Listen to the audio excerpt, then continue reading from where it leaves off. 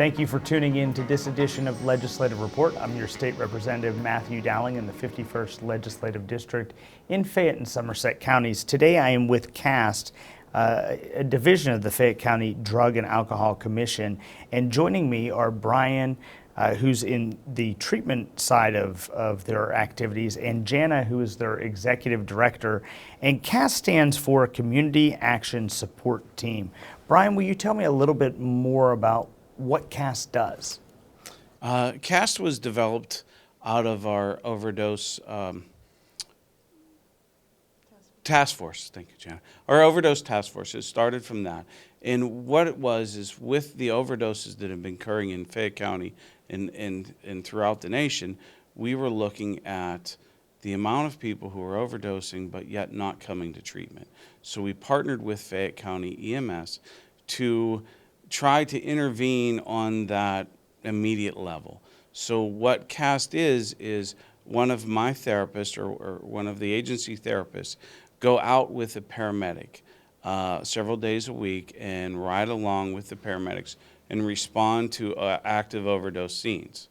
The days that they are not going out, when there is an overdose and when Narcan is used and the person still survives, they send us a referral. So on the off days that our therapists aren't out with them, they're following up with the referrals. And the goal is to get the people into treatment.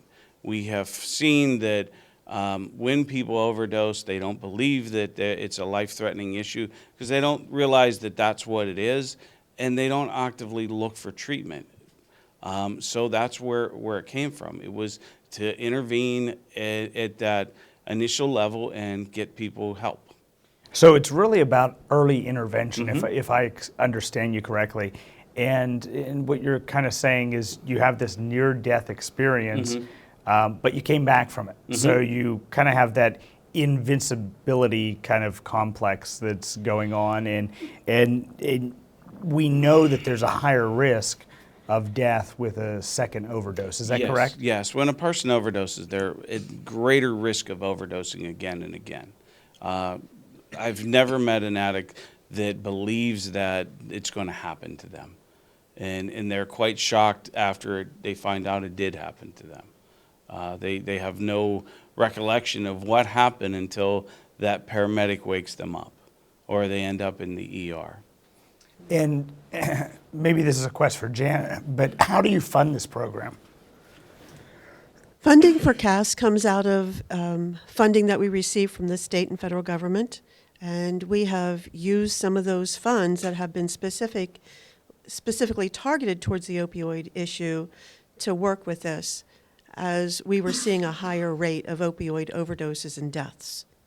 And one of the interesting things about this program is that it's the first in the state. And I understand there is even maybe some replication that's going on with your program. We have had a few phone calls from other counties asking about it, and they wanted to understand our protocols, as well as we are part of a multi-county southwestern Pennsylvania initiative with several other EMSs to try to help EMS staff members understand addiction and then try to help them engage a patient into treatment. Because a lot of times people don't understand how to get treatment and what there may be barriers about. So if we educate EMS staff, then they can help a person because they are a first responder to hopefully get that patient into treatment. And that was the impetus of C.A.S.T as well, because if we can get someone, if we can intervene as soon as we can then possibly get them into treatment and help them with the disease of addiction. And Brian, we're seeing lives saved through this program. Absolutely, we are. Just within a year, we have responded to over 98 referrals. Those are referrals that are made by the paramedics, and out of those 98, 60 of them, my staff, along with the paramedic, responded on scene. And you know, so we're saving people. And out of that 60, 52 of them we were able to get directly into treatment, whether on scene, making the referral to an inpatient, or referring them to outpatient treatment, and then we can get them going into getting them the support that they need. So absolutely, we're making a difference because that person is getting that, the person who's overdosing is meeting someone who cares right then and there. Now, if someone wants to learn more about the C.A.S.T program or the other products and services that Drug and Alcohol offers, how can they contact you? They can call us at our office, 724-438-3576.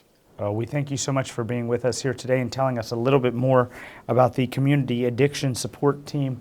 I'm Representative Matthew Dowling. If you'd like to learn more about the services that my office offers, please contact us via Facebook, Twitter, or Instagram, or by visiting repdowling.com or calling 724-438-6100.